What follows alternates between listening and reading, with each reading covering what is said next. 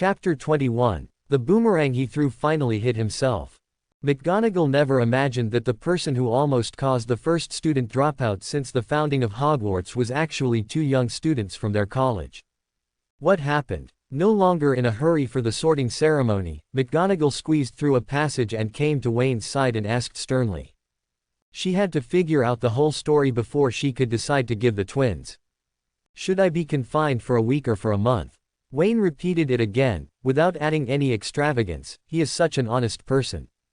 When he finished speaking, it was Professor McGonagall's turn to be in trouble.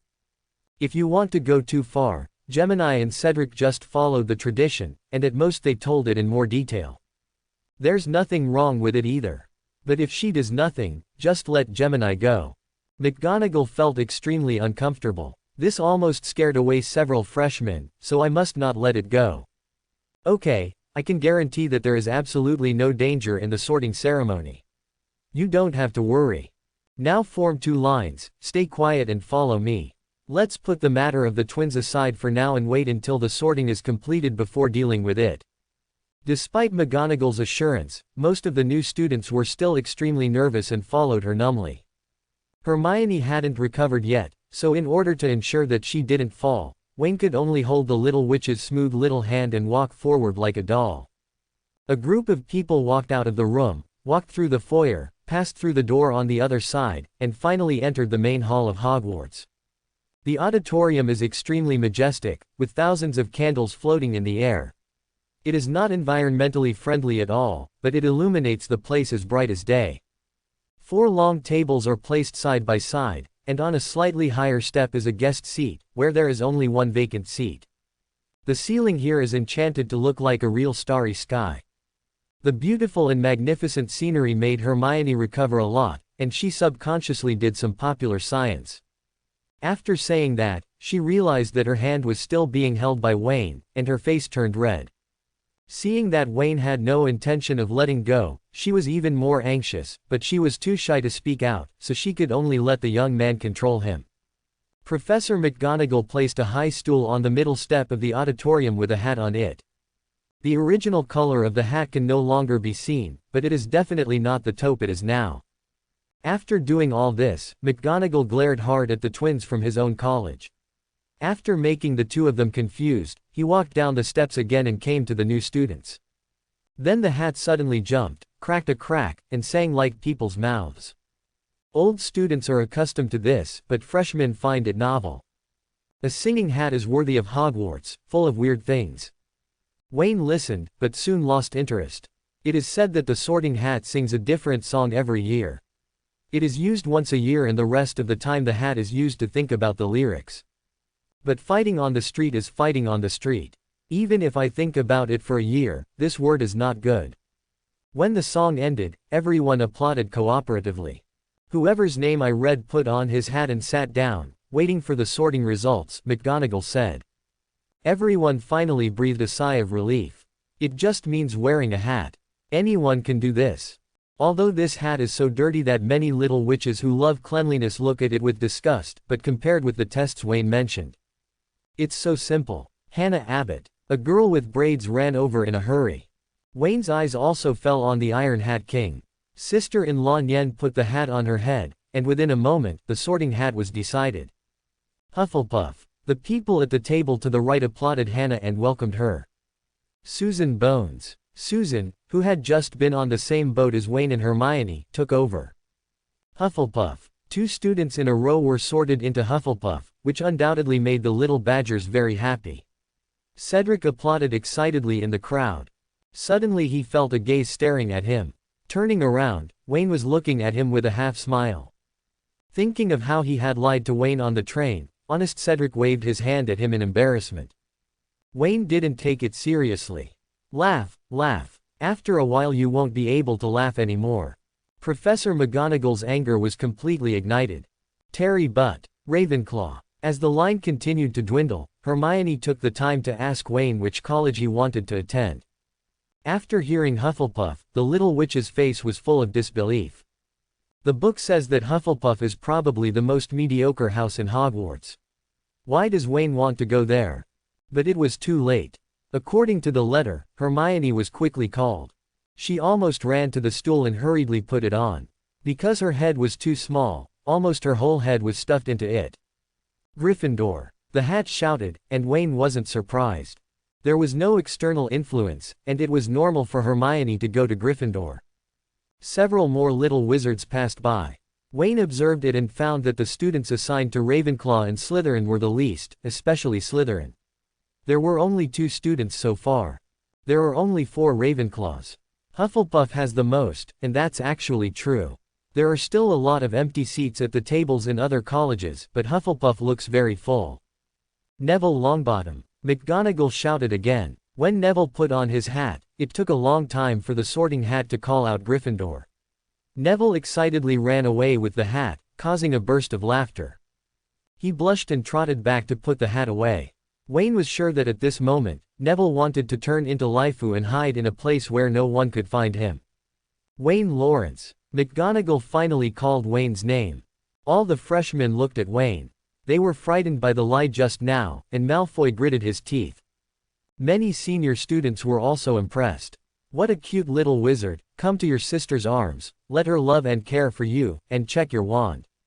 At the guest of honor seat, Dumbledore raised his head, his glasses reflecting the light, and curiosity emerged in his heart. Which house will this young genius who can spontaneously cast the Patronus charm be assigned to when he gets the wand? Under the spotlight, Wayne picked up the hat and put it on his head. Soon, a voice sounded from his mind. Oh, what an interesting little wizard. In fact, during the summer vacation, I just received the Hogwarts admission notice. Wayne is a little afraid of the Sorting Hat.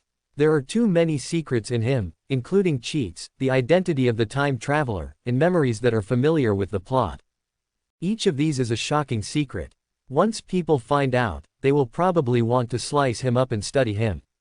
But with the understanding and mastery of magic, and more analysis, Wayne discovered that the Sorting Hat was not as scary as he thought. This hat brings together the wisdom of the 4 founders and has the ability to send young wizards to the most suitable academy for them. But this does not mean that the Sorting Hat can see through a person's memory. He could only see some of the shallowest thoughts. Like Legilimens, he could also detect the shining points in the little wizards to identify schools for them. Therefore, Wayne simply conducted a few mind transfer trainings and stopped worrying. On the contrary, Laudang is the one who needs more attention. If one day I look at old B and I am thinking about plot-related or system-related things, I will be in big trouble. You don't feel nervous at all. Looking back to Laudang, the Sorting Hat and Wayne were communicating with each other. In the past 1,000 years, the Sorting Hat has seen all kinds of young wizards, but there are not many who are as relaxed as Wayne. Why are you so nervous? Wayne asked back. There are only these 4 academies on my side. Is it possible that you can still expel me? Of course not, kid. The Sorting Hat responded cheerfully, but I can shout Azkaban, I think the effect will be good. I once heard Dumbledore complain that Azkaban has become an advanced class at Hogwarts. Your talent is so good, it's not a problem to go in directly. Wayne remained calm. That's the territory of the Ministry of Magic. You don't have the ability at all. Just kidding, if he had SS-level black magic talent, he might panic for a few seconds. But now, A+ black magic talent is certainly not bad, but it also depends on what it is compared to. He has only a few SS-level talents, but when it comes to black magic, Wayne is simply stupid now. Snort. Seeing that it didn't scare Wayne, the Sorting Hat snorted and began to perform its duties, nagging in Wayne's mind. Full of talent, this comfortable feeling reminds me of Dumbledore back then.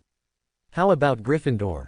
Huh, you don't like Gryffindors. Hey, boy, be polite to the academy established by my master. Although I don't like those little lions very much. They always want to give me a bath. Then Slytherin, there is no doubt that you can reach the top there, but your ambition.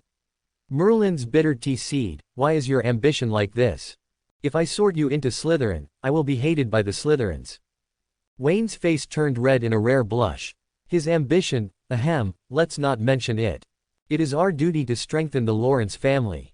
Then go to Ravenclaw. Smart little minds are very popular in Ravenclaw, and you can realize your ambitions at the same time. Ravenclaw has the most girls. Wayne couldn't help it. Old man, why didn't you mention Hufflepuff? The Sorting Hat was silent. Maybe it's because of Wayne's novel title, but more likely it's because of, marveling at Wayne's lack of self-awareness. No. The Sorting Hat asked a little confusedly, how can you tell that you have the qualities that Hufflepuff needs? What do you mean by that? Wayne was unhappy. Which one of them did I miss? Loyalty. My little brothers are all loyal to me. No one dared to betray me in elementary school. Sorting Hat. Is that how you understand it? Kind. I don't even bother to step on the ants on the roadside. Perseverance. I will always be SP. Wayne answered the last one with great certainty. Sorting Hat. Do you really want to go to Hufflepuff? The Sorting Hat was confused. He thought there was nothing wrong with what Wayne said, but there was a big problem. Fortunately, the young wizard's wishes also accounted for a large proportion in the branch, so he asked again.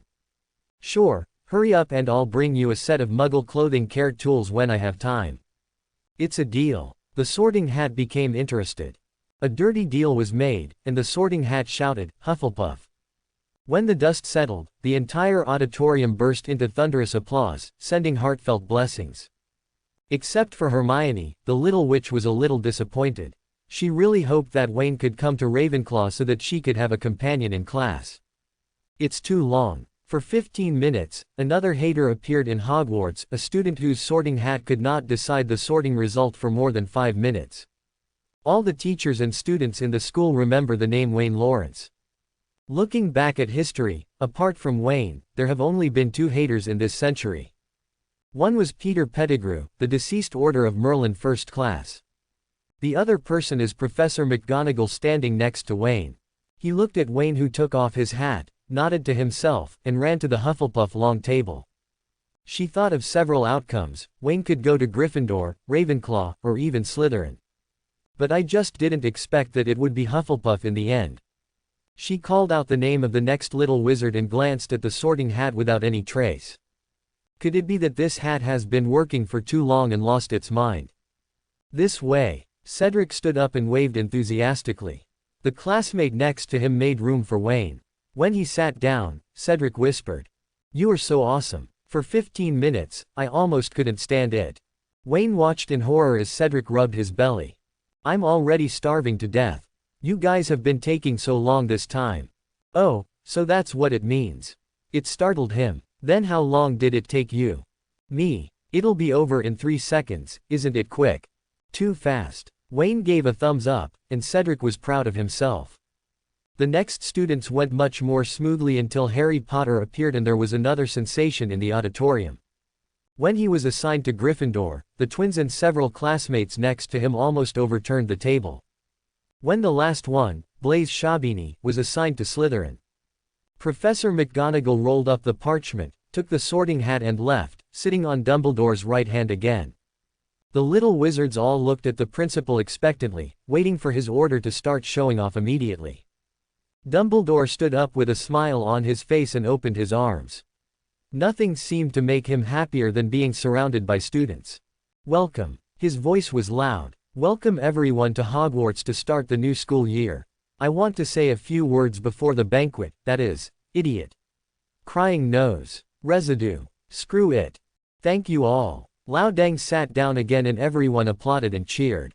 Diagonally across from Wayne, a little badger looked confused. "What do these words mean, Principal? Are you a Ravenclaw? What nonsense are you talking about? Of course I'm a Hufflepuff. Then why do you care about this? Hurry up and eat your food." The originally empty dinner plate was filled with food. Roast beef, roast chicken, pork chops, lamb chops, sausages, steaks, mashed potatoes, French fries, puddings, various vegetables, gravy sauces, and even mint candies. All. In terms of category, it can definitely be called a rich one, especially for Britain, which is a food desert. You can't ask for more from a country whose state banquet is all French cuisine. Wayne eats quite well. He is not picky about food. As long as the ingredients are of good quality, casual cooking such as steak and lamb chops will not be too bad. He also saw Ronald eating a chicken drumstick on the long Gryffindor table, eager to take a bite. Wayne feels that he should be assigned to Hufflepuff, which is a paradise for foodies. In other colleges, people chatted while eating, but when it came to Little Badger, it was all about eating. Cedric only cared about saying a few words to Wayne at first, but by the end, his cheeks were stuffed, and he didn't forget to give Wayne a plate. Place a large chicken drumstick. He really made me cry to death. At the guest of honor seat, Snape was chatting with Quirrell. Quirrell had a scarf wrapped around his head, making him look more like an Arab. Professor McGonagall also listened to Professor Sprout's ear, and Sprout looked a little unhappy. "Lawrence, can you get me 2 Yorkshire puddings?" The iron-hatted king looked at him eagerly from a distance away. "Just call me Wayne, Hannah." Wayne gave her the pudding. The little girl smiled cutely, flicked her braid, and then immersed herself in eating again. A milky white ghost was still sitting nearby, introducing and recommending dishes that he thought were good. Everyone called him the fat monk.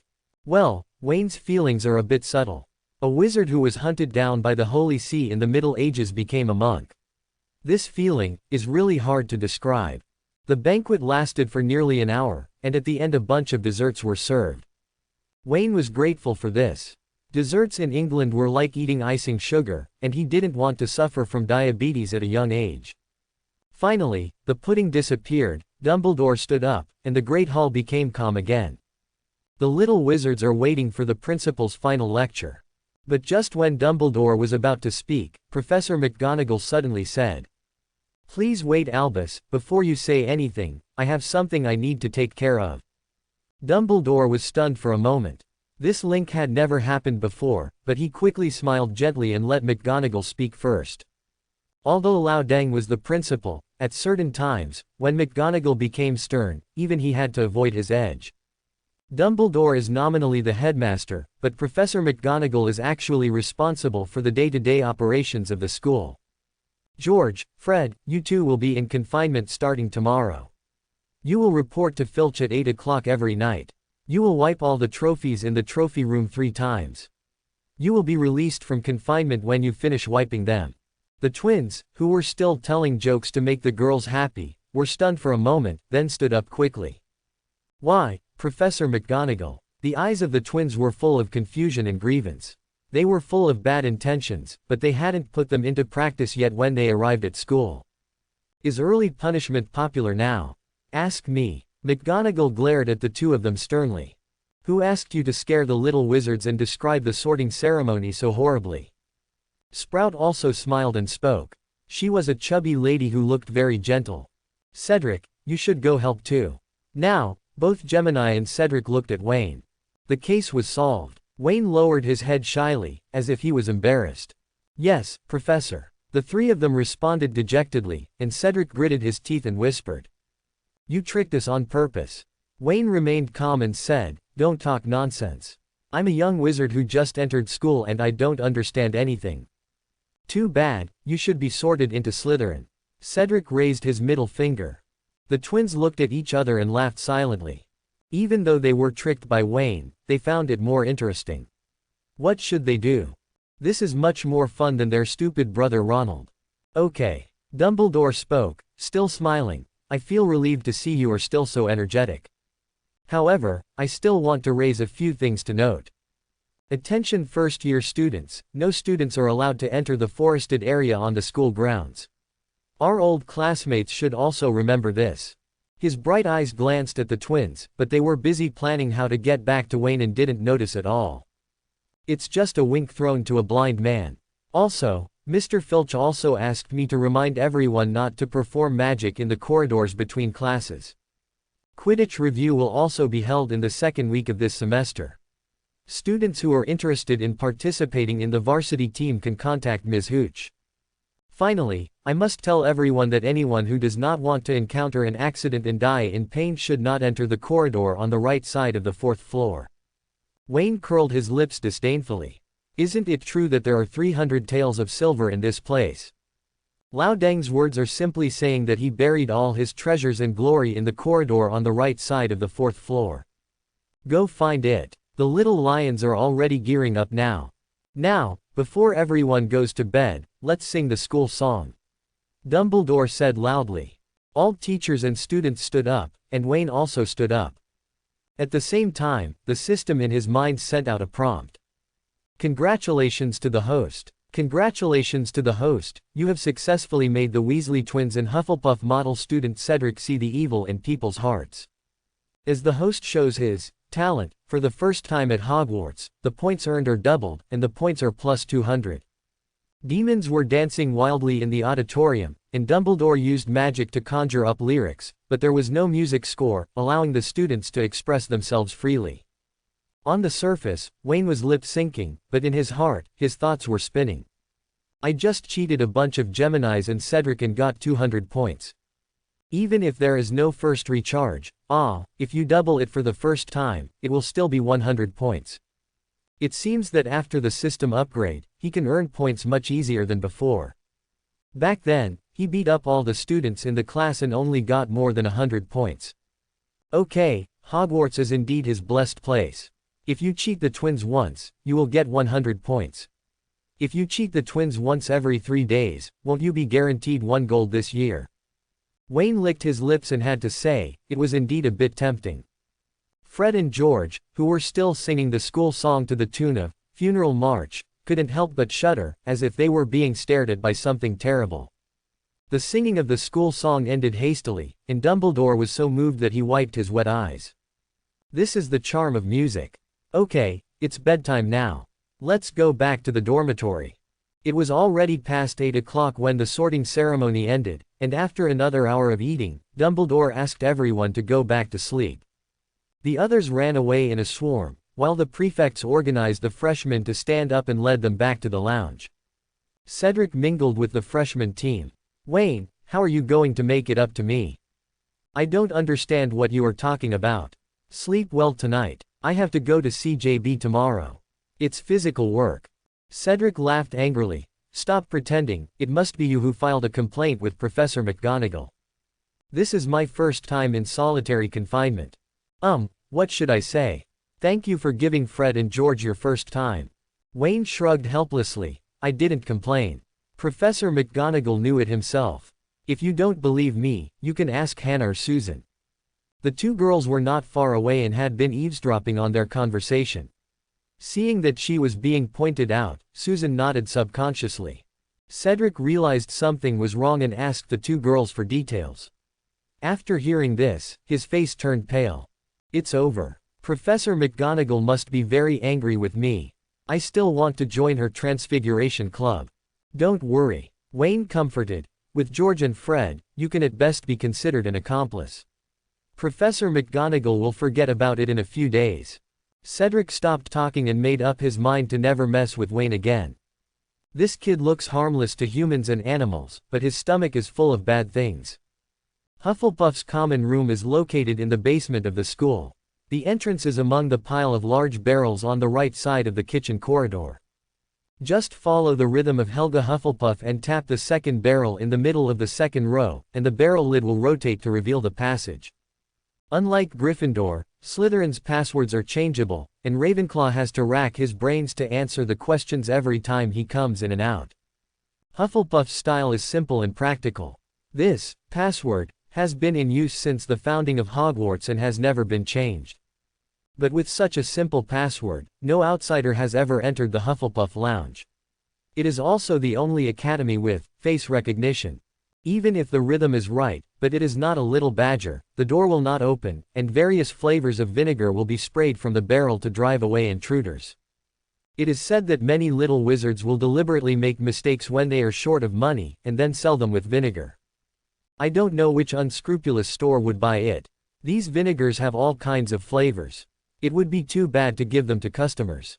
The prefects dutifully told the young wizards this information and demonstrated it 3 times before finally opening the door to the lounge. The short body slipped through the passage, and there was a huge circular room inside. The ceiling of the common room is very low, the temperature is moderate, and it is simple yet comfortable. There are hanging or placed plants everywhere, giving it a feeling of a cabin in the woods. There are also many plush sofas and chairs placed on the soft floor stalls. Wayne is very satisfied with his entertainment environment for the next 7 years. Although it is a basement, there are actually windows here, so there is no shortage of sunlight. The prefect walked to the fireplace and pointed to the portrait hanging above. It was a witch holding a gold cup and smiling cheerfully. This is Ms. Helga Hufflepuff. Because of her kindness, she took in many house elves and protected them from abuse. So, Hufflepuff always gets preferential treatment in the kitchen. If you need it, you can go to the kitchen next door to get it. Don't be polite to them. Speaking of this, the prefect's face was filled with pride. This is a privilege exclusive to Hufflepuff. Your politeness may seem to the elves that they have not done their job well, and they will blame themselves. After the introduction, the rest of the time is free time. As expected of Hufflepuff, many seniors entertained the freshmen enthusiastically and took out snacks from various places to entertain them. Faced with some questions raised by freshmen, he answered them patiently and also gave a lot of his own experience. Wayne was also chatting with Cedric about the school stairs. You must not sleep in late tomorrow. The stairs in the school will keep changing. If you take the wrong step, you will most likely be late. It would be better if it was a course taught by the dean or Professor Flitwick. But if you're late for transfiguration or potions. Cedric shuddered and gave him a wishful look. What's the use of just talking? Wayne said helplessly. I don't know the rules of this ghost staircase. Let's do this. Cedric thought for a while. The new students will get their class schedule at breakfast tomorrow. You come out early and I will show you around first. Wayne gave a thumbs up. As expected of you, Cedric, a standard Hufflepuff. As enthusiastic as you are, I will ensure that you are safe and sound when the Triwizard Tournament begins. When the conversation got exciting, several prefects took the senior students to the kitchen and brought a lot of juice and hot water. It felt so good to lie down and be fed. Wayne couldn't help but admire himself for being so good at choosing a college. Until everyone felt sleepy, the number of people in the lounge gradually dwindled, and Wayne also entered his dormitory through the round door. Inheriting the style of the common room, Hufflepuff student accommodation is equally spacious and warm. There are 4 beds placed in the nearly 100 square meter room, separated by a desk and a wardrobe. There is enough space for everyone. When the dormitory was finally assigned, there were only 3 boys in Wayne's dormitory because there was one difference in the number of students. Their suitcases had been delivered to their beds by the elves. They packed them up as expected, washed briefly, and then lay on the bed to have a tea party. The first is to introduce yourself. My name is Norman Sherlock. The blonde boy on the bed closest to the door introduced himself enthusiastically. My family is an ordinary person. My father is a school teacher and my mother is a real estate agent. When I received the admission notice, I thought it was a prank. Professor Flitwick came the next day. At first, my mother thought he was a physically disabled beggar and gave the professor £5. But later, Professor Flitwick used a magic spell to conjure a bison out of thin air, and then levitated the bison around my house. They finally believed it. Speaking of this, Norman's eyes were shining. Once he learns this trick, won't there be no shortage of beef at home? We're not much different. The black-haired boy sleeping between Wayne and Norman spoke up. His name was Toby Brown. My family is half and half, my mother is a witch. Norman asked strangely, then you are not a mixed race. How can you say you are similar to me? In order to hide her identity, mother has never used magic in front of us. Toby explained. When I received the letter from the owl, my father thought it was a liar, but my mother insisted that everything was true. But when her father asked her to prove it, she forgot where she lost her wand because she hadn't used magic for so long.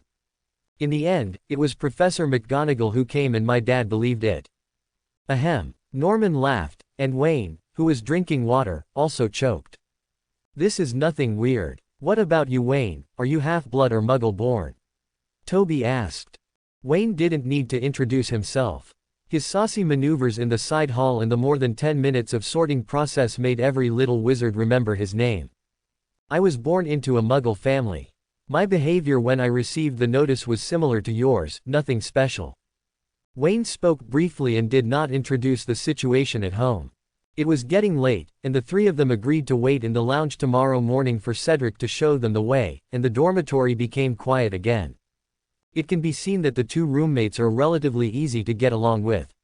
The only drawback is that Toby snores while sleeping. But it's not a problem for Wayne. Silence. Without even holding his wand, Wayne just waved his hand casually and silenced Toby, which lasted for 3 to 5 hours. Sneak attack on roommate, points plus 5. Question mark question mark question mark. Okay, let's play like this, right? If you say a sneak attack, just do a sneak attack. Anyway, just give me points. September 2nd is the official first day of school. Wayne woke up naturally at 7 o'clock. He gave each of his 2 roommates a big pussy, woke them up, and after washing up, he went to the common room. Without keeping the 3 of them waiting, Cedric appeared, rubbing his sleepy eyes. There were only 4 of them in the common room at this time, and Hufflepuff was definitely serious about showing off. Few people came out of their dormitories until the last moment, and those who came out went straight to the auditorium to cook. Come on, go have breakfast first, get your class schedule, and I'll take you around. Several people got out of the passage and soon arrived at the auditorium. Living in a basement is good for this. The distance to the cafeteria is close, and most of the classrooms are on the lower floors. It saves a lot of time compared to Gryffindor and Ravenclaw. It was not 8 o'clock yet, and there were very few young wizards in the auditorium. Hermione was the only new student at the Gryffindor table. Seeing Wayne, she waved hello. Wayne walked over. I'm going to follow Cedric to find the way in a moment. Do you want to come with me? Okay. Hermione agreed readily. She has read Hogwarts, a school history, and naturally knows how difficult the school stairs are. The reason why I got up so early was to have time to get familiar with it. After saying a few words, Wayne returned to the Hufflepuff long table for breakfast. Compared with yesterday's sumptuous breakfast, today's breakfast was much simpler. Baked potatoes, bread, sausage, bacon, eggs, beans, drinks including milk and several juices, hot cocoa. Wayne pulled himself 2 slices of bread, spread mayonnaise on it, and added a few slices of bacon and eggs to make a simple sandwich. Not long after he sat down, a parchment schedule appeared in front of him. There are 8 courses for first-grade wizards this year: potions, charms, defense against the dark arts, transfiguration, history of magic, herbology, astronomy and flying. Among them, astronomy class and flying class are only once a week, and astronomy class is still in the evening. The remaining 6 courses are divided into 2 to 3 classes each week, with each class lasting 50 minutes. Wayne has no classes on Wednesday and Thursday afternoons this semester. Counting weekends, he basically has classes and holidays halfway, which is very relaxing. After a while, the twins also came to the auditorium. They looked around and found Wayne behind them, and immediately rushed over aggressively, as if they were launching an attack to accuse him. Wayne, how dare you come out? Glancing at the passage behind the guest of honor seat, Wayne's eyes changed and he asked doubtfully. Why don't I dare to come out? It's obvious that you and Cedric lied to me. Fred sneered. We only told you, who told you to tell other little wizards? I didn't know you were lying. Stop pretending, Wayne. George made a face. I can tell at a glance that you are not an honest person.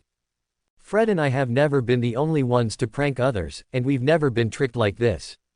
Wayne looked scared. What are you going to do? Aren't you afraid that I will sue Professor McGonagall?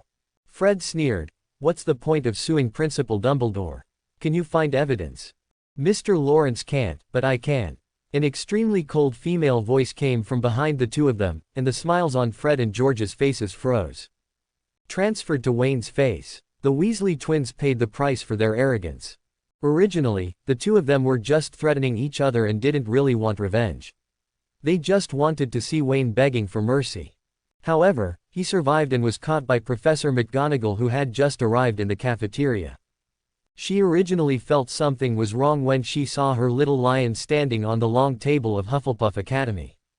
When I got closer and heard it, my face was blue with anger. A student for 3 years, he actually threatened a new kid who just entered school. When Wayne told her, the twins actually said that they weren't even afraid of Dumbledore knowing. Not afraid, right? I appreciate your willingness to die rather than surrender. The confinement that was supposed to end after wiping the trophy 3 times was super doubled. After wiping the trophy, they also had to make a handwritten copy of famous Gryffindor alumni and their life stories. When they heard this punishment, the twins almost fainted. 3 times. Those books combined are at least dozens of inches thick. The 2 of them didn't care to settle the score with Wayne. Under the fierce gaze of Professor McGonagall, they returned to the Gryffindor table dejectedly. You definitely did it on purpose. Cedric made his judgment with great certainty after watching the whole process. Wayne continued to eat the sandwich and said calmly, everyone dies, and some people need a little help. Cedric was speechless. How did this guy get Hufflepuff? Sorting Hat, you are blind. After breakfast, Hermione stood beside Wayne in a lively manner, letting Norman and Toby give a thumbs up quietly from an angle that the little witch couldn't see. It's really amazing. There was a cute little witch following me when I first entered school. Although Hermione's hair is a bit messy, but that's all, Hanako is definitely the cutest thing without showing her teeth. The other freshmen saw them gathering together and asked curiously. Then the team immediately grew stronger, with more than a dozen little badgers surrounding Cedric. In desperation, he could only call a few friends to help and divided into several teams. A group of people walked out of the passage in a mighty manner and came to the teaching area. There are a total of 142 staircases in the entire castle, and their shape and position will change at any time. Perhaps sometimes you are walking up the stairs from the 3rd to the 4th floor, but when you step on it, the stairs will change their excuse and take you directly to the top floor. To be honest, I didn't understand the pattern in the past 2 years. Especially on Friday, these stairs were like crazy. Even senior students who are about to graduate sometimes get lost if they are not careful. Cedric took Wayne and Hermione to the 3rd floor, and his 2 roommates followed the other seniors. Pay attention to this staircase. Don't use force or run when walking on it, otherwise it will take you directly to the 8th floor. There are 4 more staircases like this. I can't remember exactly, maybe there are more. Hermione nodded vigorously and even took out a notebook to write down. Wayne was a little bored. Cedric, are you just fooling your brother with this? Why don't you give me something useful? What do you mean? Cedric looked at him blankly, not understanding what Wayne was referring to. Let's take a shortcut to the secret passage outside the castle. What are you talking about? Cedric criticized righteously. How could I possibly know such a thing? Wayne, it's wrong to break school rules. Hermione seriously criticized Wayne's dangerous idea. If you haven't been caught, you haven't violated it. Wayne waved his hand, not caring. Cedric patted him on the shoulder and said nothing. He figured out the school's most basic rules when he first entered school, and it was only at the end of last semester that he gradually understood all of this. Why is Filch a squib as the college warden? Why is it that as long as students are not caught in front of their faces, even if the teacher sees their backs, they will not be deducted points or punished? This is the unspoken rule of Hogwarts that has been passed down for thousands of years. It is a battle of wits and courage between teachers and students, and it is also a form of exercise. Many people only gradually understand the secrets of this place after they graduate or even start a family, so they regret it before they do so. How many wonderful lives did they miss? Cedric smiled and said, since you said so, let me show you some of my tricks. He led Hermione and Wayne to an empty picture frame, and with 3 taps of his wand, the frame turned into a real door. Exit through here and you can reach the bushes near the Quidditch pitch. Time is limited, I won't take you to the next location. Next, Cedric introduced 2 secret passages to Wayne, one leading to the other side of the castle, which could be used to hide from Filch and his cat, Mrs. Norris, when they were discovered during a night trip. The other one leads from the 5th floor to the 2nd floor and can be used for traveling. Hermione's worldview gradually collapsed. She originally thought that Cedric was the same type of person as her, who loved learning and was ranked first every year. Looking at it now, this is not the case at all. Okay, that's it for today. I have to go to the basement quickly. The first period today is potions class. As the time approached 9 o'clock, Cedric said hastily and left. Let's not be in a daze and go to the 2nd floor. Looking at Hermione, who was still a little slow to recover, Wayne urged her. Their first lesson today was History of Magic, taught by Hufflepuff and Gryffindor together. Oh. Hermione followed the boy and finally couldn't help complaining. It shouldn't be like this. Aren't the rules meant to be followed? Diggory is a good student, why would he? This is Hogwarts. Wayne stopped suddenly and turned around. The little witch almost threw herself into his arms. After all, the worldview of wizards is very different from that of muggles. Many things that may seem excessive to you are actually not important in the magical world. The same goes for the rules. Wayne guided Hermione like a little devil. Do you want to follow the rules and miss the real Hogwarts, or do you want to improve your ability to avoid teachers and explore this 1,000-year-old castle? Hermione was so dizzy after being told that, her mind went blank. All he knew was that he subconsciously held Wayne's clothes to ensure that he wouldn't get lost. The two came to the classroom. At this time, there were many people sitting here, with excited expressions on their faces. Until, a ghost walked through the wall and appeared on the podium. For the first lesson, the little badgers and little lions responded with great enthusiasm and expectations. They fantasize about waving their wands, chanting incantations, mastering powerful magic, and getting extra points from their professors. Unfortunately, this enthusiasm dissipated after I got the class schedule and discovered that the first class was History of Magic. It was even more shocking to see that the professor was actually a ghost. What was even more unlucky was that Cuthbert Binns' voice was filled with magic, and he was gasping for breath when he spoke. In less than 5 minutes, the little wizards started to fight before their eyes. Just as Wayne was about to close his eyes, Hermione pinched him with her little hand and whispered, "Don't be distracted." Wayne looked helpless. "Sister, am I distracted? I'm about to lose my soul when I step on a horse." What he read was all from the textbook.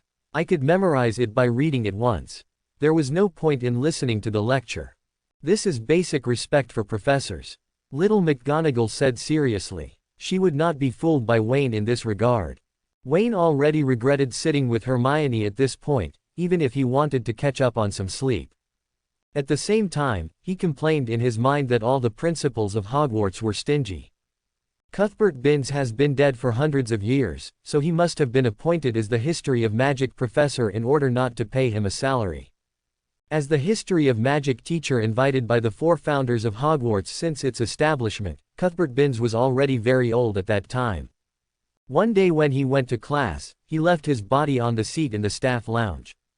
Since then, Hogwarts has never replaced its History of Magic professor. A professor who does not require a salary, does not ask for leave, and must be perfect every year is the best workforce that countless principals dream of. It's just that these little wizards, who have suffered for generations, have to endure torture in every class. For hundreds of years, no one has ever taken a NETW's course on the history of magic, and no one can. Hello, Wayne. While Wayne was mentally cursing that the principal should be hung from the street lights, Ronald, who was sitting at the table on the other side of him, suddenly whispered hello. Beside him, Harry Potter was nodding his head and was about to fall asleep. Seeing Ronald talking to Wayne, he immediately became energetic. "What's the matter, Ronald?" Seeing that Hermione didn't care about him, Wayne replied with relief. "Oh, it's nothing." Ronald shook his head. "I just want to say thank you, you are really amazing. This is the first time I have seen George and Fred get hurt on someone else. Or twice." Ronald was a little excited and his voice was much louder, waking up several little wizards from their sweet dreams. Harry was speechless as he looked at his best friend who he had just met for a day. Those who know it think the twins are your biological brothers, but those who don't know them think they are your enemies. You can think of Fred and the others as your cousins. Ronald explained for Harry. In an instant, Harry's eyes changed, and he understood completely. "You're welcome." Wayne didn't know whether to laugh or cry. He didn't expect Ronald to thank him for such a thing. How miserable the Gemini usually bullied him. To be honest, when I first watched the original book and movie, Wayne was still very unhappy with the role of Ronald. He was very jealous, easy to make things difficult for himself, and his talent was not outstanding. In the end, he actually married Hermione, who was the Minister of Magic. This is absolutely shady. But the older I get, the more I realize it's not easy for Ronald. There are 5 brothers in total, 3 of them are always ranked first in grade, and have worked all the way from prefect to president of the student council. Although the twins' learning abilities are not that exaggerated, their prank abilities are definitely at a historical level. In this environment abroad, the popularity of Gemini is still higher than that of Percy, a top academic, and a real man of the hour. Further down, the old sister Ginny also inherited a strong magical talent. Just Ronald, nothing. Growing up in such a high-pressure environment, Ronald just has an awkward personality and has no problem with right and wrong. It has been proven that he has a good foundation. Of course, this doesn't mean that Wayne will deliberately make friends with Ronald. He just won't look at everyone with the stereotypes in the past. This is the real world, and everything must be based on his own feelings. So far, he feels good about Ronald, and he can be a friend whom he can meet and greet and chat with. Cuthbert Binns was talking above, and the two of them were talking below, and in the end Harry joined in. "Wayne, are you also from a Muggle family?" "That's great. No, I mean we are really destined. We don't live too far apart. I'm on Privet Drive, Surrey." In just a few words, Harry revealed all his secrets. Good-looking people usually gain the favor of others easily. Wayne is the best example. Harry has regarded him as his first friend from other houses. The 50 minutes passed quickly, and before get out of class ended, Cuthbert Binns left a 6-inch paper explaining the origins of early morning wizarding in England. The next class was Transfiguration, with Hufflepuff and Slytherin. Before they separated, the little witch angrily pulled Wayne to the corner. "You cannot do that. You bought a lot of books before school started. I know you are a person who loves to learn. You must listen carefully in class, even if the teacher is a ghost." Looking at Hermione, who was really like a little lion, Wayne nodded obediently. "Don't worry, I will definitely pay attention to it in the future." Hermione didn't know whether Wayne listened, but she was pressed for time, so she could only glare at Wayne and leave in a hurry, feeling a little disappointed in her heart. She also really regarded Wayne as a friend, so she hoped that Wayne could study hard. Wayne understood this, so he wasn't angry at all. After a while, when Hermione sees his results, she will naturally not be like what she is today. The Transfiguration classroom is on the second floor. Wayne and a group of little badgers walked into the classroom. The first thing he saw was the tabby cat on the table in front of him. He nodded slightly in greeting and found a seat to sit down. To be honest, he really wanted to jerk off Professor McGonagall, and wanted to experience whether the animagus's hand would feel better. But he had already witnessed Professor McGonagall's transformation process during the summer vacation, and if he came forward to do it again, he would be courting death. But Wayne knows that many other little wizards don't. Especially Hufflepuff. Most of the little wizards in this academy like animals and plants. After seeing the cat, some even took out snacks from their pockets to feed them. Wayne immediately looked at the warriors. Led by the Iron Hat King, several Hufflepuff girls are ready to make a move, but have not yet made up their minds. But as the time got closer to class, it felt like Professor McGonagall was coming soon. In order not to miss this once-in-a-lifetime opportunity, Hannah brought Bones, Juliet and several other girls together, each holding some snacks in their hands. Wayne's eyes widened. "Miranda, where did you get the catnip?" At this moment, the tabby cat surrounded by the girls suddenly showed a human smile, jumped back, and returned to the appearance of Professor McGonagall, as serious as ever. "Miss Abbott, Miss Livingston, don't do such reckless things in the magical world, especially when you can't tell what the creature in front of you is." After glancing at the catnip, Professor McGonagall's mouth twitched twice without any trace. He is really a student of Hufflepuff, he can get all kinds of weird plants. My, Professor McGonagall. The little witches were obviously frightened, and they all began to stutter. "Okay, class is about to begin, please sit back in your seat." Hearing this, several girls ran back to their seats as if they had been granted amnesty, with expressions of fear still on their faces. Even other students who were watching the excitement were startled and sat upright, waiting for class. This is a trick often used by McGonagall. When the little wizards enter school, he turns into an animagus form to scare them once, to achieve the purpose of establishing power, and it works repeatedly. Soon, the class bell rang, and Professor McGonagall also entered teaching mode. Transfiguration is the most dangerous and complex magic you will learn at Hogwarts. If anyone dares to be naughty in my class, I will ask him to leave and never come in again. The vice principal's aura was in full swing, and the whole place was silent. Malfoy and his two followers also shrank their necks. Even though Slytherin was protected by Snape, no one could protect them as long as Professor McGonagall was angry. On the podium, McGonagall waved his hand, and dense words appeared on the blackboard, which were the Gump transformation laws that were well known in the magic world. This is the basis, even the iron law, of all transfiguration. Anyone should keep this knowledge in mind before learning to avoid irreversible damage. The little wizards were taking notes, and Wayne was doing the same, but he took notes selectively. He already knew a lot of knowledge, so there was no need to waste ink. After they finished recording, McGonagall took out his wand and tapped the table, turning it into a peg. This hand immediately attracted the attention of the little wizard, who exclaimed in surprise, and his eyes changed from boredom to expectation. As an old professor who has taught for decades, McGonagall's teaching level is absolutely unquestionable, and he knows what the young wizards expect most. Each person was given a match. The goal of this class, or even this month's class, is to turn the match into a needle. Transfiguration is classified according to difficulty, from simple to difficult. Dead things turn into dead things, living things turn into dead things turn into living things, and living things turn into living things.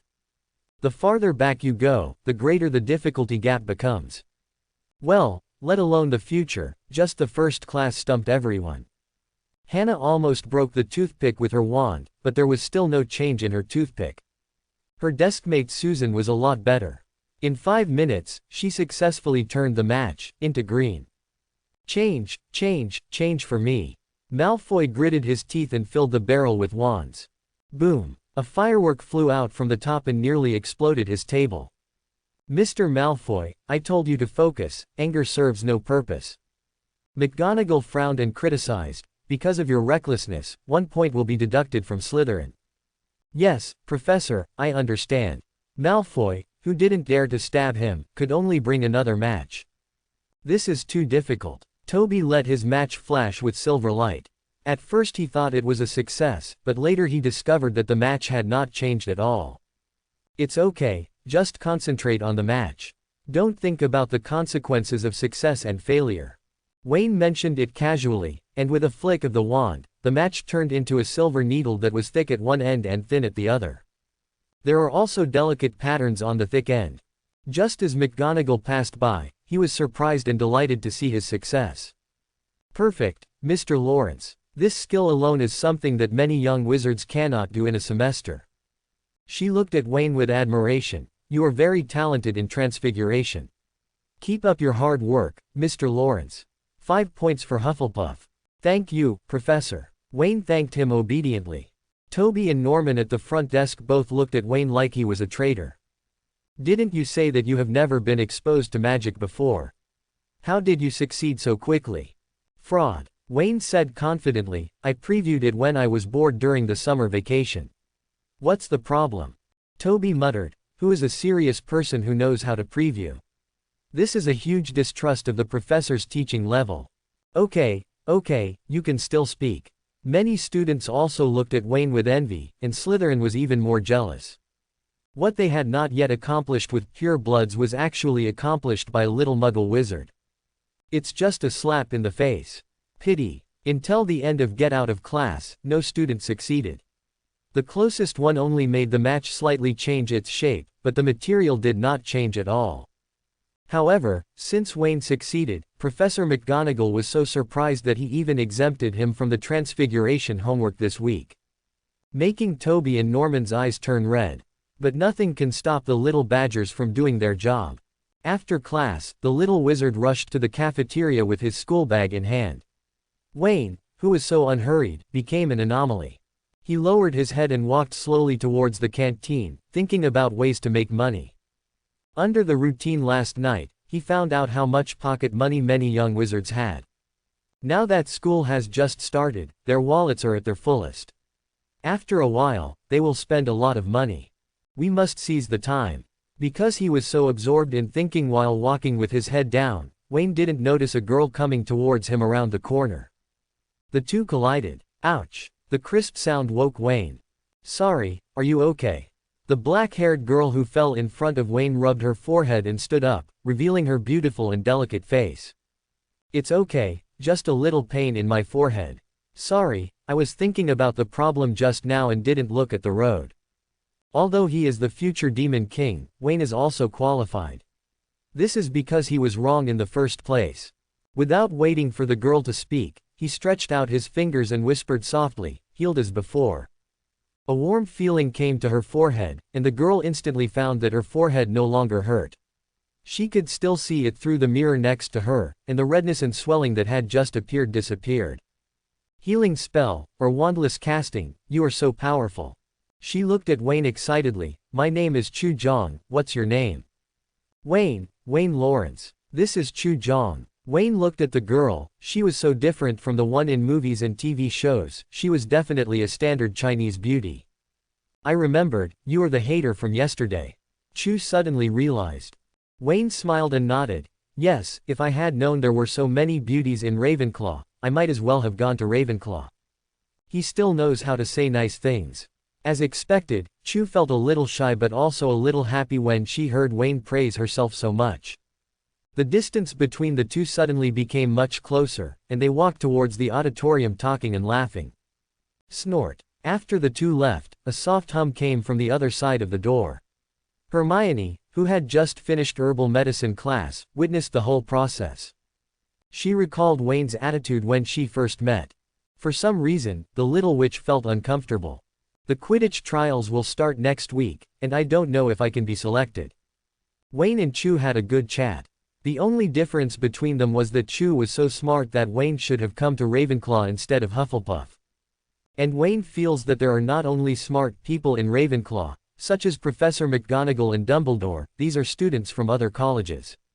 Of course, there was one evaluation in his heart that he didn't say out loud. That's why Wayne believes that Ravenclaw's so-called intelligence is mostly just self-righteous cleverness or calculating shrewdness. Let's take a look at what Ravenclaw graduates are doing. This semester's defense against the dark arts professor, Quirrell, was fooled into becoming a Jinchuriki by the remnant Voldemort in just a few words. Next semester's Lockhart, a complete liar.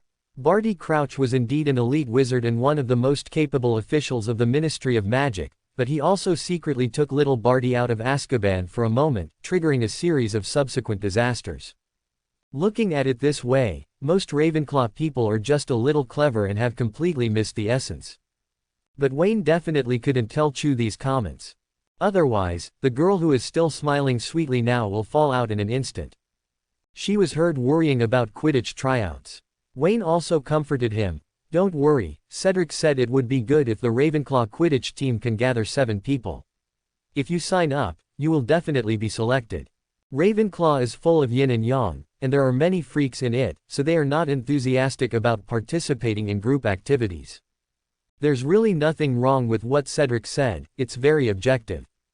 Chu's face has darkened. Cedric, that third-year number 1, Hufflepuff seeker. Thank you for your encouragement. I'm going to train. I will definitely play against Hufflepuff next time. Chu was so excited that her competitive spirit was completely ignited. The position she originally wanted to compete for was seeker, and she secretly practiced at home for a long time during the summer vacation. As long as she can be selected, she will definitely catch the golden snitch when she competes with Hufflepuff, and let Cedric see the consequences of looking down on Ravenclaw. Wayne smiled and watched the girl leave. The host sows discord and destroys the relationship between the two colleges, reward points +50. Tisk. Fortunately, this system has such a talkative owner, otherwise it would have to be uninstalled. What do you mean by sowing discord? He was just paraphrasing Cedric's original words without adding any exaggeration. Besides, isn't it normal practice to talk trash before a game? He hasn't said anything more cruel yet. For example, Fred told a secret on the train yesterday. The Quidditch match between each house and Ravenclaw takes a long time. Why? There are 7 players, 5 of whom are girls, and both batsmen are girls. Apart from playing Quidditch, where else would you have the opportunity to have so many girls play with you or even chase you? When he said this, not only the twins, but also Cedric showed a silver smile, enjoying it. In the afternoon, there were 2 spells classes together. Professor Flitwick stood on the tall pile of books and called the roll. When he read Harry Potter, he screamed excitedly and fell off the book. It took him a long time to regain his excitement and start his first spell lesson. Magic spells are the basis of everything. Learning magic spells is not only to master the magic spells, but also to improve the efficiency of learning other magic spells and let the little wizard have his own understanding of magic. This is also why Harry was able to master the disarming spell and armor spell quickly after being exposed to them. Once you have a good foundation, you will be able to learn other spells much faster. Today we are going to learn the most basic spell, the lighting spell. It is very simple. The spell is fluorescent flash. What's going on? Who made you unhappy? Wayne was still sitting with Hermione, but the little witch didn't give him a good look. Seeing Wayne sitting down, he turned his fair face to the other side without saying a word. It's just written on his face that I'm not happy, come and comfort me. Wayne thought about it and realized that it was definitely not because of what happened in the history of magic class. Hermione was not so cautious. So what happened? Don't talk to me in class, Mr. Lawrence. Yes, Mr. Lawrence shouted away, and the culprit was found. Wayne couldn't guess what the little witch was losing, but he had no experience in coaxing girls, so he just dealt with it coldly.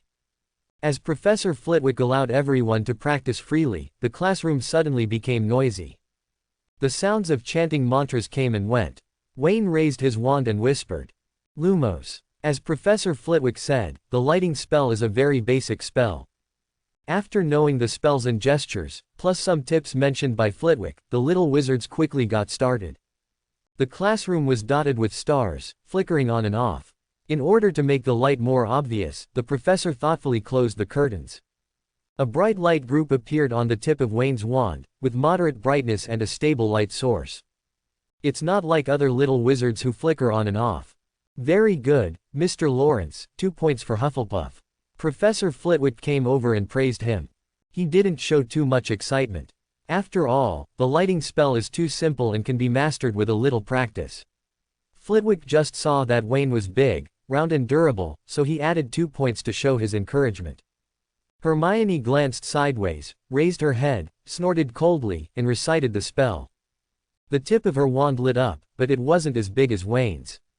The light was too bright and a bit dazzling.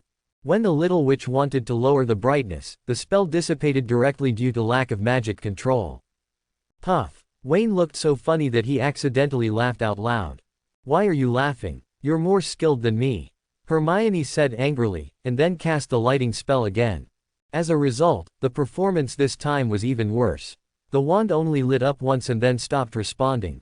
You have to have a calm mind to achieve stable output. Wayne pointed out. So, Miss Granger, can you tell me how I made you angry? Hermione said sourly. No matter what I do, go find your senior Ravenclaw.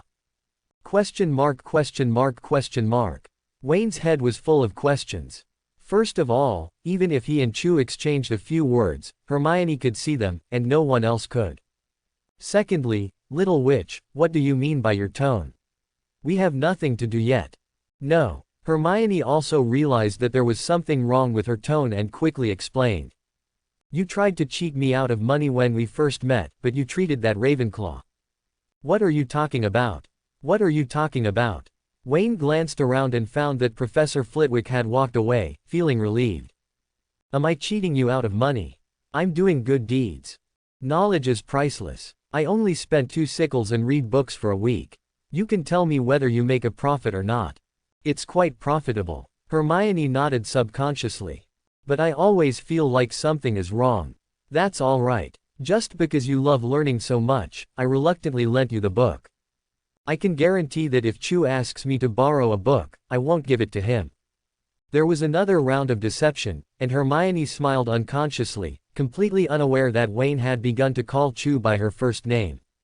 Throughout the whole class, the little wizards were practicing magic, and Toby came over distressed. Wayne, is there any way to stabilize the light? It's like a police car's light, it's almost blinding me. How should I put it? Wayne pondered for 2 seconds. Just imagine that what you are holding is not a wand, but a torch, and solidify this idea. Toby returned to his seat thoughtfully. What did Wayne say? Norman asked.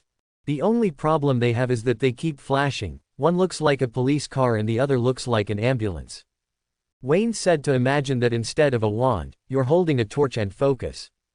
Then let me try. Norman nodded, raised his wand high, and roared powerfully. Lumos. Boom. Light appeared, but it was fire. The flame snake spewed out, startling Professor Flitwick, and quickly summoned water to extinguish it. Talent. Wayne was amazed. His roommate was indeed not a simple person. He chanted the lighting spell and used the fire spell. If this is in a battle, it will definitely be a good hand for the Yin people. Mr. Sherlock, what Mr. Lawrence said is right, but don't get excited. You are holding the torch, not throwing it out. Professor Flitwick explained in shock that he had been frightened just now, but fortunately the wand was held upwards. If he spoke to anyone, Madame Pomfrey in the infirmary would complain to him again. After a few more reminders, Professor Flitwick continued to patrol the classroom to help the little wizard master the magic spell. He originally thought that Norman had gone too far, but who would have thought that something more powerful was yet to come? Mr. Finnegan, please loosen your grip. Your wand is about to be broken. There must be a pause when reciting the incantation, Lumos, Maximum, remember this rhythm. No wonder Professor Flitwick has won the title of Hogwarts' most popular professor for 16 consecutive years. He is patient, has a good temper, and gives students a lot of internship opportunities. Everyone must like him very much. Seamus, who was nervous just now, became more relaxed under Flitwick's comfort. He raised his head confidently, and the wand in his hand turned into a baton, drawing a graceful arc. His deskmate Neville looked at him expectantly, and Flitwick also cast an encouraging look. Seamus. Wayne frowned, feeling an ominous premonition in his heart. Isn't this the explosive genius? He and Hermione were only one table away from Simone and Toby, a table of Normans and Tobys. When he heard that Seamus had begun to recite a spell, Wayne's bad feeling became more and more intense. Lumos, Maximum. Squat down. Wayne pulled Hermione without thinking, and the little witch couldn't stand still and threw herself into Wayne's arms. Almost at the same time. Boom! A huge buzzing sound appeared in everyone's ears, and a strong explosion enveloped the magic classroom. More than a dozen little witches screamed at the top of their lungs, and their eardrums were punctured several times. The three people at the center of the explosion, Seamus and Neville, had their faces charred and their hair turned into afros. Professor Flitwick escaped because of his short stature, which was a blessing in disguise. But because he was closest to the explosion, his ears were temporarily deafened. Hiccup. Seamus burped and blew out 2 smoke rings, but his eyes were extremely bright and he was completely unaware of his situation. Professor, did you see it? It lit up just now. What did you say? Professor Flitwick asked loudly. I said, it lights up. Flitwick's foot stumbled and he almost fell. That's very good, don't say it again next time. Are you okay? Wayne helped the shocked Hermione up and asked concernedly. No, it's okay. Hermione shook her head, looking at Seamus with fear in her eyes. Magic is too dangerous. No, that's not right.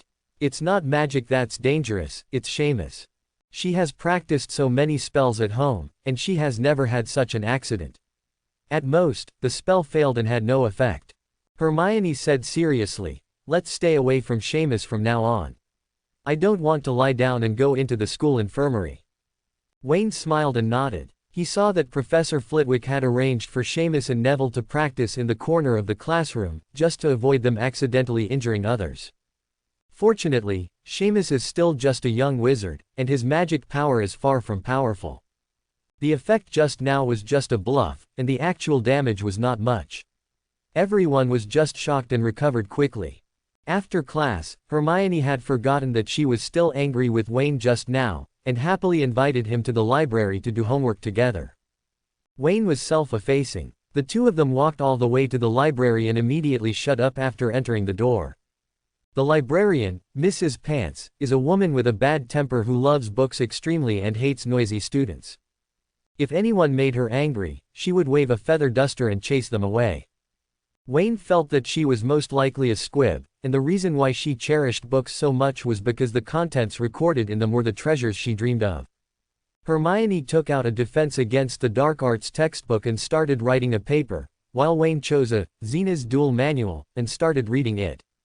Xena's was the most famous dueling master at the beginning of the last century. He once set a record of 38 consecutive undefeated battles and dominated the front page for a week. The most special thing is that this duel master did not master any advanced magic and achieved such achievements by relying only on those simple spells. The book also recorded the process of several of his battles. Wayne read it and learned some useful tips. Hogwarts is a huge treasure for everyone. But not everyone has the ability or energy to obtain it. Several professors, not to mention the 4 major deans, all have real talents, and their guidance will definitely be of great benefit. Even if you go to Snape to ask questions, he may be a bit venomous at best, but he will still answer your questions. The library is also a treasured place. It contains the heritage accumulated by the castle over thousands of years. Students have 7 years to improve themselves, but how many of them have done so? Therefore, Hogwarts is very magical. It has both a happy education suitable for everyone and an elite education for the ambitious. Whether it is a dragon or an insect, it only depends on your thoughts. Wayne is dissatisfied that the restricted area is too large, taking up 1/3 of the entire library. It wasn't so big at first, but Dumbledore gradually expanded to what it is now after what happened to Voldemort. Even magic like the Patronus charm is classified in the Forbidden Book area. Old be dang, I can buy this magic at Flourishes and Blott's bookstore. The new semester is quickly on the right track, and the new students are gradually adapting to school life. For the vast majority of courses, everyone is quite satisfied. The favorite course for little wizards is undoubtedly charms. The professor is easy to talk to and spends a lot of time in class waving his wand and casting magic. The transfiguration class is also good, but Professor McGonagall is so strict that the young wizards are a little frightened, for fear of deducting points for their academy. In addition, the transfiguration technique is too difficult. After 2 transfiguration classes, many people's hands were almost numb, but there was no progress at all. The match was still the same match, and there was no shadow of the needle. A young wizard from Ravenclaw was clever and brought a needle to class, successfully deducting 10 points from his academy. Many people say that when they see long and thin things now, they feel like silver needles, and they definitely have long needle holes. In addition, Hufflepuff's little badgers also like their dean's classes. Their task in the first week was to replace ginger root, which is a material for making magic potions and can be used to make scabies potions, intelligence enhancers, etc.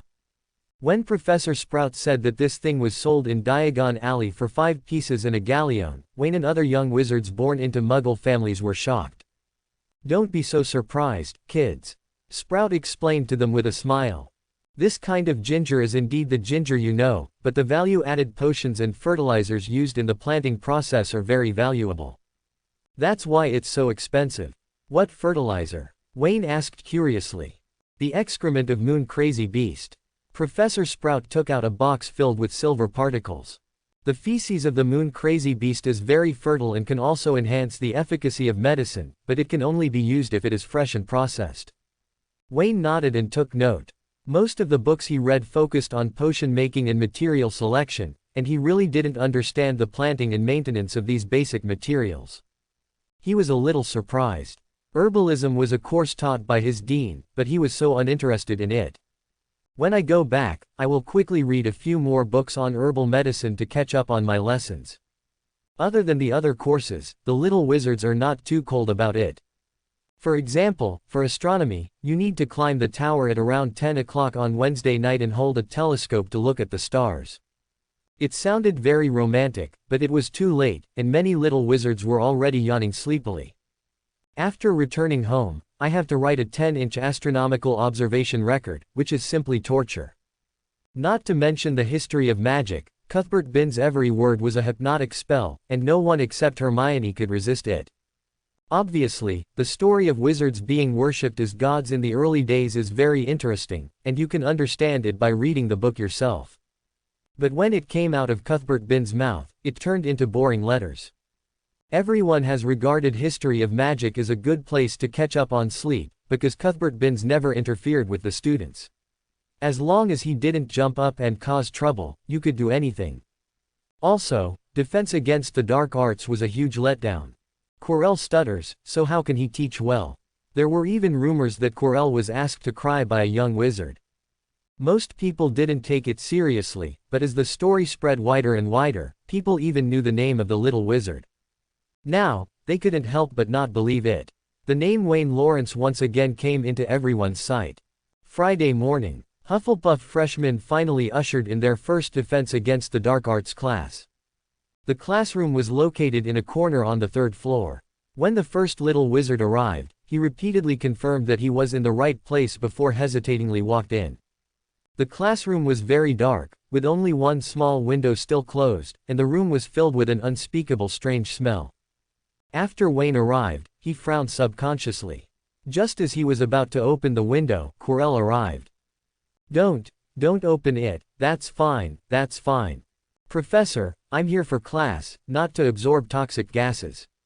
Wayne said unhappily, and some little wizards already laughed. But he quickly covered his mouth. They were not afraid of being discovered and blamed by the professor, but because after Quirrell came in, there was a strong smell of garlic, which made the smell in the classroom even worse. I met a resurrected zombie in the Black State. I was cursed and couldn't breathe. Quirrell explained stammeringly, pointing to the scarf on his head. This is a gift from the king of a tribe. The prince. Resurrected zombie. Many little wizards became interested. The name of the resurrected zombie, also known as the resurrected zombie, is well known in the magic world. It is a mysterious religious product. Every resurrected zombie is a living dead, a walking corpse without consciousness and soul. Their attack power is not strong, but they have various uses. It is a necessary sacrifice for black wizards to practice black magic. Professor, how did you subdue the resurrected zombie? Justin Fenglioli raised his hand and asked. This has nothing to do with this class. Quirrell avoided answering, turned the textbook to the 3rd page. Today we will learn how to avoid kappa. No, Professor, just tell me about your experience. Hannah asked again, but Quirrell ignored her and started to lecture vaguely. How to say, worse than Cuthbert Binns. Although Cuthbert Binns talks very hypnotically, at least his enunciation is clear enough to be used as a bedtime story. But Quirrell was stammering, couldn't read coherently, and wanted to sleep. The smell in this room made it impossible to fall asleep. Suddenly, the defense against dark arts that everyone was most looking forward to turned into a 2-hour torture. Wayne raised his hand. Lau, classmate Lawrence, do you have any questions? Quirrell asked. Professor, there is indeed a problem, and it is a big problem. Wayne stood up. I understand Cuthbert Binns reading the textbook, but if you still read the textbook, what will we learn about defense against the dark arts? When we encounter Kaba, are we going to smash him to death with our textbooks? For defense against dark arts, of course you need to learn spells. Can you tell me how to use the repel spell? His words received strong support from the students, and everyone was talking about it. Quirrell was frightened and explained stumblingly that he wanted everyone to gain more knowledge and would teach them spells. In fact, he did teach. After enduring for an hour, Quirrell wrote the spell to repel the curse on the blackboard. Then it was over. Wayne said again, Professor, please demonstrate it to us again. Quirrell hesitated for a long time and declined on the grounds that it was too dangerous. Everyone was even more dissatisfied. What danger could a repel spell have? Seeing that the situation was out of control, Quirrell squeezed out a few tears from his twinkling eyes, hugged the textbook and ran away, leaving behind a bunch of dumbfounded little wizards. Wayne was also confused. He just wanted to earn some points, so why did he make people cry? It has been almost a week since Wayne came to school. On the one hand, Wayne is familiar with the school, but on the other hand, he has not found a suitable opportunity to earn points. The other professors all deserved his respect, and he couldn't do anything to intentionally cause trouble for the sake of points. Only Quirrell, this guy is deliberately showing off, is Voldemort's Jinchuriki, and Wayne doesn't feel any guilt at all when he bullies him. In just one class, he had already scored more than 100 points. Just when Wayne was planning to keep up his efforts and earn 200 points to rest. Who would have thought that Quirrell's endurance was so poor that he actually ran away? Who can I talk to explain this? There are no secrets in Hogwarts. What happened in the classroom spread immediately. The first people to know were the other 2 houses in the first year. Did you really make Professor Quirrell cry? During lunch, Wayne was pulled to the Gryffindor table by Hermione and asked curiously. No, what happened to these 2 people? Hermione didn't answer. Wayne looked next to her. Harry and Neville both had dull eyes and numb expressions, looking like they had been played badly. Don't mention it. Ronald put down his knife and fork angrily. In potions class just now, Snape was chasing Harry like a swallow-tailed dog. He obviously asked a lot of questions about something he hadn't learned yet. In the end, Harry couldn't answer and he deducted 2 points from us. Quote. Granger's hands are raised to the ceiling. He can't see yet. Is he blind? Hermione gave him an unhappy look. What do you mean by raising it to the ceiling and calling her a long-armed monster? It turns out I was in potions class. Wayne wasn't surprised at all now. Instead, he was surprised that Snape only deducted 2 points from them, which was too few. I have a way to save you from being targeted. Wayne pondered for a moment and said. Harry's eyelids moved and he looked over involuntarily. Coach, I want to learn. Ahem. Wayne pretended to be profound and said, did you keep staring at Snape when he asked you a question? Harry nodded sharply. This is a master, he even knows this. That's your fault. Wayne shook his head. Think about it, when you hate someone and the other person looks at you and makes it clear that he is not convinced, what will happen to you? Harry mused. I'm going to get angrier and angrier. Wayne clapped his hands and said, that's right. Next time you encounter this situation, just lower your head and admit your mistake sincerely. Even if the professor gets angry again, there's nothing you can do about it. After all, you have such a good attitude. Harry's eyes became brighter and brighter, and finally he said gratefully. Thank you, Wayne, I don't know what I would have done otherwise. You're welcome. Wayne smiled gently. Remember, never look at Snape. After saying that, after the system prompted the points to be increased by 50, he drifted away. Watching Wayne's back walking further and further away, Hermione felt a little suspicious. She always felt that this guy was doing something bad behind her back, but she had no evidence, so she had no choice but to continue eating with her head down. There is no class this afternoon, so the little witch is going to the library to finish all her homework in one afternoon, and will use the 2 days on the weekend to prepare for the next homework. This week, Hermione's academic status has been clearly demonstrated, and she can help Gryffindor gain more or less points in every class except potions class. But she's still stressed out, and the reason is Wayne. Judging from their usual behavior in class, the two of them were actually similar, but Hermione knew that Wayne must be hiding a lot of things. In the Transfiguration class, she could only make the matches slightly change the color and texture. Although Professor McGonagall was happy, he also told Hermione that Wayne succeeded in the first try. Hermione knew that the reason why she was performing so well now was entirely due to hard work and a good memory. But what about Wayne? When this guy was with her in the library, he only read miscellaneous books, and often sneaked away to play wizard chess with his classmates, crackling and exploding cards. He seemed more laid back than Harry and Ronald. Last time she caught Wayne performing the healing spell on Chu-Wu's wand, a skill that many adult wizards cannot master. Sheer talent would make people despair. Hermione knew that she could only catch up with Wayne's progress by working harder. He hides it too deeply. If Wayne knew what Hermione was thinking, he would definitely accuse her of being wronged. He is also hiding. After arriving at Hogwarts, Wayne had never thought about struggling to develop. The wizarding world was still relatively peaceful, and only those who showed more talents would be favored by professors. The punishment for getting into trouble in the future will be lighter. Mainly, this is what they learned in the first grade, and any student with similar skills could learn it, such as the current Hermione. It doesn't reflect his talent. Is it possible to find the professor directly to perform a magic 5-whip attack? Wayne, who didn't know that he had been beaten into the ranks of old cunts by Miss Granger, came to the potions classroom in the basement after lunch. 1 week is enough for the little wizards to get to know the teachers at the school. Especially Snape, a very unique professor. At almost 12:50, the classroom was filled with Hufflepuff and Ravenclaw students.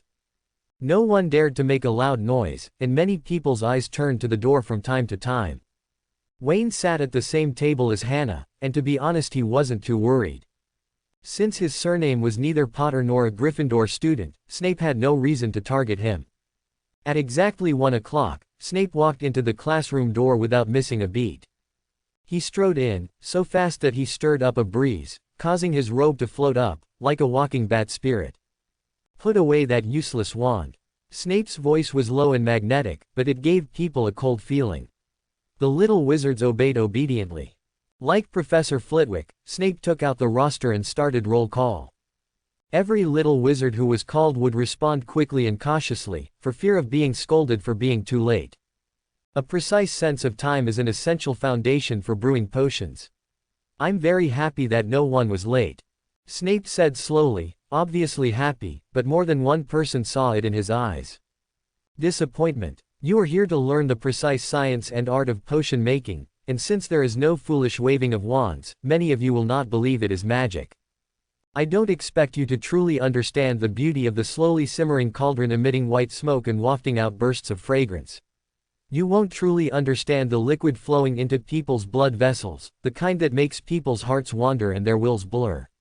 Wonderful magic. I can teach you how to increase your reputation, brew glory, and even prevent death. This is a very contagious opening statement, and many people are already fascinated and looking forward to it. Wayne pouted secretly when Snape wasn't paying attention. The speech is indeed good. I would call his speech ability second in the wizarding world, second only to Grindelwald. Brew glory and stop death.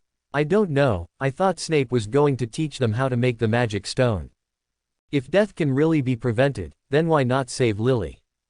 Well, I can't say this. If he did, he could guarantee that he would receive the green light from the tip of Snape's staff in the next second. Lawrence, Snape said suddenly. Wayne was stunned for a moment, but subconsciously stood up. If I were to make a herbicide, what else would I need besides leonfish spine powder and flobber caterpillar slime? Hoclap juice, sir. How many ways are there to make the rejuvenation agent? 3 types, extraction, boiling, and grinding into powder. I need a bezoar, where will you find it? The cow's stomach, but now there are a lot of cultivated artifacts. Procedures for porcupine quill treatment with scabies potion. Cut it into a length of 3 centimeters, and make a slit diagonally every 1 centimeter. Tisk. Snape stopped asking, it seems that compared to Mr. Potter, you are indeed more worthy of your reputation. The other little wizards were stunned. They understood every word these 2 people said. But together. Because of the isolation room, okay. What are you looking at me doing? I have what I just said on my face. Take notes quickly. Snape suddenly burst out, and the students began to take notes in a hurry. You too, do you want me to ask you to sit down? You're welcome, Professor. Wayne curled his lips and sat down. Who knows why Snape went crazy and suddenly called his name? And it wasn't random, it must have come specifically for him. Those questions just now were basically beyond the scope. They were not what first-year students need to learn at all. They were definitely premeditated. What Wayne didn't know was that Snape had heard from Professor McGonagall about Wayne's talent, which was that he could summon a Patronus with a wand. This magic had special meaning to him, so he naturally remembered Wayne's name. Today's test was just a spur of the moment. I wanted to make things difficult for Wayne and deduct some points for Hufflepuff. Thanks to his and Cedric's outstanding performance, Hufflepuff's score now exceeds that of Slytherin. To his regret, Wayne passed the test. Why can't he be like stupid Poté? Glancing at Wayne, who had a normal expression, Snape waved his hand, and the process for making a potion to treat scabies appeared on the blackboard. The materials are in the closet. Work in pairs. If I find out who is wasting materials, I will let him eat the extra materials. All the little wizards shuddered. There are only wrong names, not wrong nicknames. Snape truly transformed into a giant bat and wandered around the classroom. No one knew which classmate he would appear behind in the next second. Bones, is there something wrong with your eyes? Can't you see the big characters about viper fangs? What are you doing with boar teeth? Smile, Carter, why are you laughing? What do you mean by grinding it into powder? Your powder is as big as a pea. Hannah, who is in the group with Wayne, shook her body and silently reprocessed the venomous snake fang powder. Ms. Brown, I suggest you send a letter home and bring back the brain you left at home before class. I wrote it very clearly. Add the flobber caterpillar slime. You put the whole worm in. Do you think you are cooking? Tisk, what's the difference between cooking and cooking? Wayne muttered after hearing this. Aren't they just processing ingredients now? Put the ingredients into the pot in order, turn high to low heat, and finally turn to high to reduce the juice. A pot of freshly baked green slime and you're done. Hannah, what are you doing? Don't let go. Wayne quickly stopped Hannah from adding ingredients to the pot. What are you doing? Porcupine quills. The eyes of the witch with crotch braids revealed innocence that had not been tainted by knowledge. Wayne's head was full of black lines. Porcupine quills are the last step. They have to be added when the potion is almost finished. It's still early. Besides, it wasn't cut into 3 centimeters as promised. Do you have 3 millimeters here? The dark brown porcupine quills on the brass tray could be called foam. Wayne somewhat understood why Snape had such a bad temper. Facing such students every day, it is difficult to have a good mood. Huh. Hannah's little mouth opened wide, and she hurriedly looked at the blackboard and found that it was indeed 3 centimeters written on it, and her whole body turned black and white. What should I do, Wayne? I only took this piece of material. Remembering what Snape said just now, waste materials must be eaten by yourself, Hannah looked at Wayne with tears in her eyes. Help me, Wayne, I don't want to be poisoned. Wayne sighed. Keep brewing the medicine. Keep an eye on the professor for me and let me know when he is far away. He no longer dared to let Hannah get started again, so he took all the materials to his side for processing. Snape continued to spray his venom, but there was nothing wrong with what he said. It wasn't until he reached the other side of the classroom that Hannah quickly told Wayne. Wayne looked up and noticed that Snape's back was facing him, and immediately took out his wand. Porcupine quills are flying. Several porcupine quills suddenly flew out of the closet, passed over the little wizard's head, and landed in front of Wayne. Everyone was busy brewing the medicine and didn't notice what was happening. If Snape realized something, he turned around suddenly, but found nothing unusual. Then he turned around and continued to lecture Toby and Norman. Your ability poses no threat to me in the academic field, but it can make me infamous in the educational field. 2 points deducted from Hufflepuff. That's so cool. Hannah didn't panic anymore, her eyes were filled with stars. This is a flying curse. You need to be in 5th grade to learn it. You can learn it even if you practice a lot. I don't have this time. Hannah shook her head and swung her braid. I also have to go to the kitchen to learn how to cook from the elves. They know too many things. Hannah has said that his dream is to take over his family's leaky cauldron and revamp the menu, which hasn't been changed in hundreds of years. So whenever you have free time, go to the kitchen and learn the specialties of each elf. It can only be said that Hufflepuff does not raise idle people. The little wizard has everything to do except study hard. Until the end of Get Out of Class, except for Wayne Hannah's group, which Snape was satisfied with, only the works of Ravenclaw's Lisa Dupin and Padma Patil gave him a fair evaluation. Padma Patil is an Indian-born high-caste Brahmin girl. She also has a younger sister, Parvati, who is at Gryffindor College. It is rare for twin sisters like this to be assigned to different colleges. It is finally over. After walking out of the potions classroom, Wayne stretched comfortably. After a week of classes, there will be 2 days of vacation.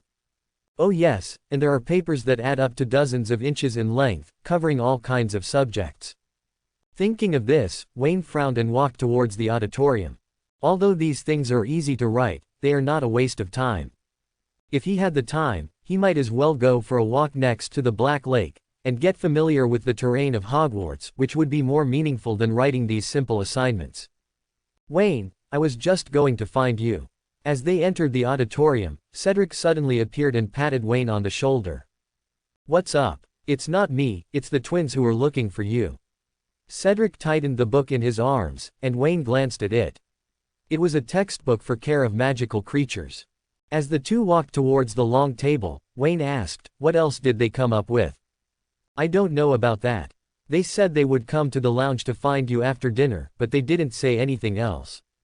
Wayne nodded. Okay, I understand. At 7 o'clock, a classmate approached Wayne, who was playing wizard chess with Cedric, and told him that the twins were outside. I'll go with you, what if they try to play another prank? Cedric took the opportunity to push on the chessboard and said very loyally. If it weren't for the fact that he only had 2 soldiers and a queen on the chessboard, Wayne would have almost believed it. When I arrived outside the common room, I saw 2 rather happy faces. Fred or George jokingly joked, Hey, Wayne, why did you bring a bodyguard? He came here on his own, not called by me. Wayne shrugged. What do you want from me? Since they were tricked twice by him last time, Gemini has been very busy this week. He just finished copying famous alumni and couldn't wait to deliver them to his door again. Wayne was also a little curious as to what they were planning. "We are here to invite you," George said, "but since Cedric is here too, let's come together. How about walking around the campus together tomorrow? You say that as if I bought the quill and got the parchment as a gift. It's too cheap." Cedric looked at them with contempt. "Besides, what's there to see in school?" Fred raised his eyebrows slightly. "Aren't you curious about the corridor on the 4th floor?" The corridor on the 4th floor is a place where Dumbledore has forbidden young wizards to go when school starts. But human nature is like this. The more it is prohibited and ordered repeatedly, the more ready it is to act. Since the first day of school, students have been curious about it, and many have already taken action. The results were also tragic. The professors had already anticipated this, so there would be patrols there every day. The little wizards who were caught would be deducted 5 points at the slightest, or be placed in solitary confinement at the worst. There are dozens of people on the current death list, half of which are Gryffindors. This also resulted in the fact that 1 week into school, Gryffindor's score column was still empty. There is no such thing as a negative score, otherwise you have to owe dozens of points. Cedric looked at the twins in shock. "Are you too crazy? Derek is still cleaning the bathroom every night. He still smells like this when he comes back to the dormitory." "Of course not, we are very sober." George Bear spread his hands. "Please don't doubt our professionalism in night tours. Or a night out." Cedric's voice was an octave higher. Fred said matter-of-factly, "There are so many people during the day, so we must move at night. We have already investigated. Filch will be guarding the corridor tomorrow night. He is very easy to deal with. When Lee makes trouble elsewhere, he will definitely rush over like a leopard cat in heat." "Why did you call me?" Wayne asked curiously. "It doesn't seem like I need to contribute to this matter, right?" "Of course, just in case." The twins said at the same time, "If something goes wrong, we need someone to back us up. At that time, as long as we run faster than you, we will be absolutely safe." "Wayne, aren't you afraid? If you are, you can refuse." The two of them said one sentence to each other, and they cooperated very well. This is a conspiracy devised by the twins. They didn't have any bad intentions, but if Wayne was caught, it would be because he was not capable enough and could not blame others. Wayne naturally understood, so he agreed without hesitation. The twins achieved their goal and walked away arm in arm with smiles, while Cedric looked at Wayne. "You really want to go? Of course, this is not already agreed. It would be terrible if you get caught. You might be the next one to clean the bathroom." Wayne said nonchalantly, "Isn't it okay as long as you don't get caught?" "Are you going?" "I go." "Then you're talking so much nonsense, go back and play another game." On his first weekend at Hogwarts, Wayne slept in and didn't get up until around 9 o'clock. There is no breakfast in the auditorium at this time. If it were other colleges, they could only eat some snacks to satisfy their hunger, and wait until noon to have a full meal. But who is Wayne? Hufflepuff. Is it possible to stay hungry while guarding the kitchen? As the elves bowed respectfully, he walked out of the kitchen with 2 tuna sandwiches, walked all the way out of the castle, and came to the Black Lake, where he sat casually on the lawn and ate breakfast. Students on the lawn were in 2s and 3s, walking and chatting. Not far away, cheers came from the Quidditch pitch, and it was unknown which academy was training. While eating, Wayne also looked at his system panel. There are no changes in other attributes. There are more than 500 points in the points column, of which more than 400 points were earned this week. He has really been lazy this week, and part of these points were obtained by cheating the twins and making things difficult for Quirrell. The other part is that he casts a spell on his roommate every night when he goes to bed, from 5 points at a time at the beginning to 2 points at a time now. It is estimated that there will be fewer and fewer. The speed is too slow. But I'm going on a night trip tonight, and I don't know how many points I can earn. After dinner, Wayne went to the library again and borrowed a copy of Insight on Black Magic: How to Protect Yourself Safely. Hermione was also seen there, the little witch hidden by a thick book. Wayne watched her fascinated by reading and left without disturbing her. In the afternoon, he walked around the entire castle again, and tried all the stairs in the main castle area, and gradually he had a 3-dimensional map in his mind. Many people forget the rules of the stairs for various reasons before graduation. Wayne is keenly aware that there seems to be a lot of business opportunities here. Combining some previous inspirations, he already had an idea. What is lacking now is technical ability. You still need to earn more points for lottery draws, and it is best to draw some knowledge related to alchemy. Wayne, don't you do your homework? Seeing Wayne, who had nothing to do and strolled back like an old man, the two roommates raised black question marks. Why are you so anxious? Isn't there another day tomorrow? And I don't have to do transfiguration homework. Professor McGonagall exempted me from it. It's good to have talent. Toby was extremely envious. The transfiguration work was a full 6 inches. The two of them wrote until the evening and only finished half of their homework. Looking at the two roommates who had almost fallen asleep, Wayne took out his wand. He was afraid that if he went out, the two guys wouldn't be able to find anyone when they woke up, and they would expose him by yelling when he went out. It is better to add layers of insurance. Dizzy. No, I read it wrong. Sleep peacefully. When the light of the hypnotic spell fell, the two of them did not change at all, but as long as there was no external influence, there was no problem in sleeping until dawn. When he reached the common room, Cedric was already waiting for him. Let's go. The model student was a little excited. It was true that he had gone out at night before, but this was the first time for so many people to be together. Not to mention going to a restricted area that the principal had sternly warned. It's so exciting. Wayne's behavior was much more normal, no different from normal travel. Calm down, what if Filch is attracted? Where shall we meet? Fred and George are probably in the trophy room on the 2nd floor. Let's go. The two walked out of the barrel door and came to the 1st floor. The moment he stepped onto the 1st floor, Wayne's system also sent a notification tone. Host's night outing violates school rules, points +20, and points +5 for every hour it lasts. Wayne's lips curved into a slight smile.